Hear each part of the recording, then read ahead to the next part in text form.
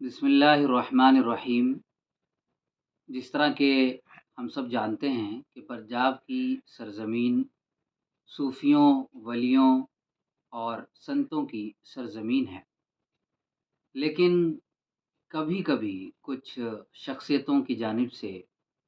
اس طرح کی باتیں کہہ دی جاتی ہیں جو کہیں نہ کہیں جہاں ان صوفیوں کی تعلیمات کے خلاف ہیں، ان صوفی ازم کو ماننے والوں کے جذبات کو ٹھیس پہنچانے والی ہیں۔ میری مراد اس سے پنجاب کی جانی مانی مشہور شخصیت جسے ہم اور آپ جسبیر جسی کے نام سے جانتے ہیں، ان کا بیان میں سمجھتا ہوں کہ کہیں نہ کہیں ووادت ہے، متنازع ہے، کیونکہ ان کا یہ کہنا کہ پنجاب کے اندر جو درگاہیں موجود ہیں، پنجاب کے اندر جو صوفیوں کی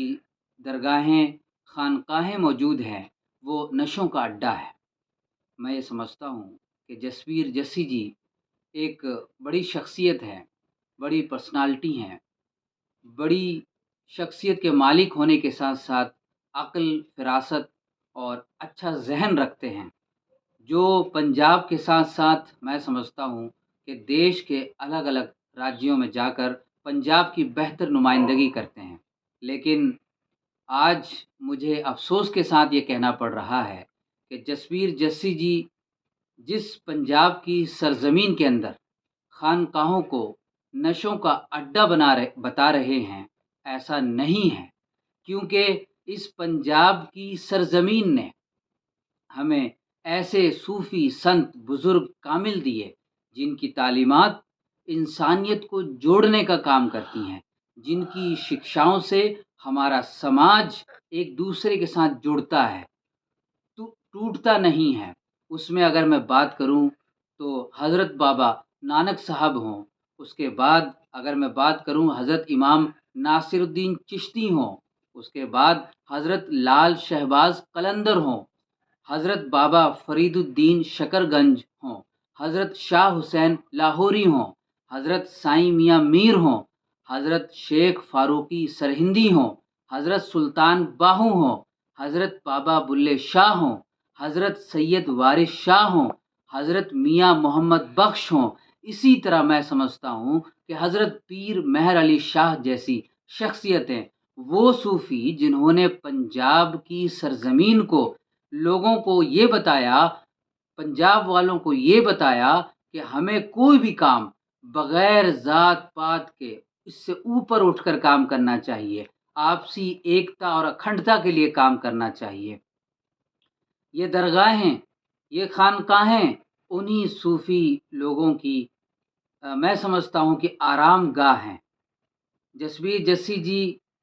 کو میں سمجھتا ہوں کہ صوفی ازم کو پڑھنے کی ضرورت ہے، انہیں قریب سے دیکھنے کی ضرورت ہے، سمجھنے کی ضرورت ہے۔ جو لوگ صوفی ازم کو مانتے ہیں، جو لوگ صوفی ازم کو فالو کرتے ہیں، جو لوگ صوفی واد کے ساتھ جڑے ہوئے ہیں، آپ ان کے اندر شانتی پائیں گے، آپ ان کے اندر امن پائیں گے، آپ ان کے اندر بھائی چارہ پائیں گے۔ لیکن میں یہ بتا دینا چاہتا ہوں جناب جسبیر جسی جی کو کہ درگاہیں کبھی بھی نشوں کا اڈا نہیں ہیں، وہ تو روحانیت کا مرکز ہیں، روحانیت کا سینٹر ہیں، روحانی ستھان ہیں، جہاں سے ہزاروں لاکھوں لوگوں کی ایک کڑی جڑتی ہے، جو لوگوں کو صحیح راستے کی طرف لے کر آتے ہیں، جو لوگوں کو برائی سے روکتے ہیں، جو ہمارے نوجوانوں کو نشوں سے دور کرنے کا کام کرتے ہیں، جو ہمارے نوجوانوں کو شکشا کی طرف لے کر آتے ہیں۔ لیکن جسبیر جسی جی کو کہیں نہ کہیں مغالطہ ہوا ہے صوفی واد کو سمجھنے میں، خانقاہوں کو سمجھنے میں، درگاہوں کو سمجھنے میں۔ میں national human rights social justice front کے تمام پد ادھیکاریوں کی طرف سے یہ کہنا چاہتا ہوں جناب جسبیر جسی جی کو کہ وہ اپنی بات پر نظر ثانی کرے۔ اگر انہیں یہ محسوس ہوتا ہے کہ درگاہیں نشوں کا اڈا ہے تو میں یہ سمجھتا ہوں کہ ٹھیک نہیں ہے، انہوں نے صوفی ازم کے لوگوں کو سمجھا ہی نہیں ہے، انہوں نے خانقاہوں کے مقصد کو سمجھا ہی نہیں ہے۔ میں یہ سمجھتا ہوں کہ جناب جسبیر جسی جی کو پھر سے صوفی ازم کو پڑھنا چاہیے،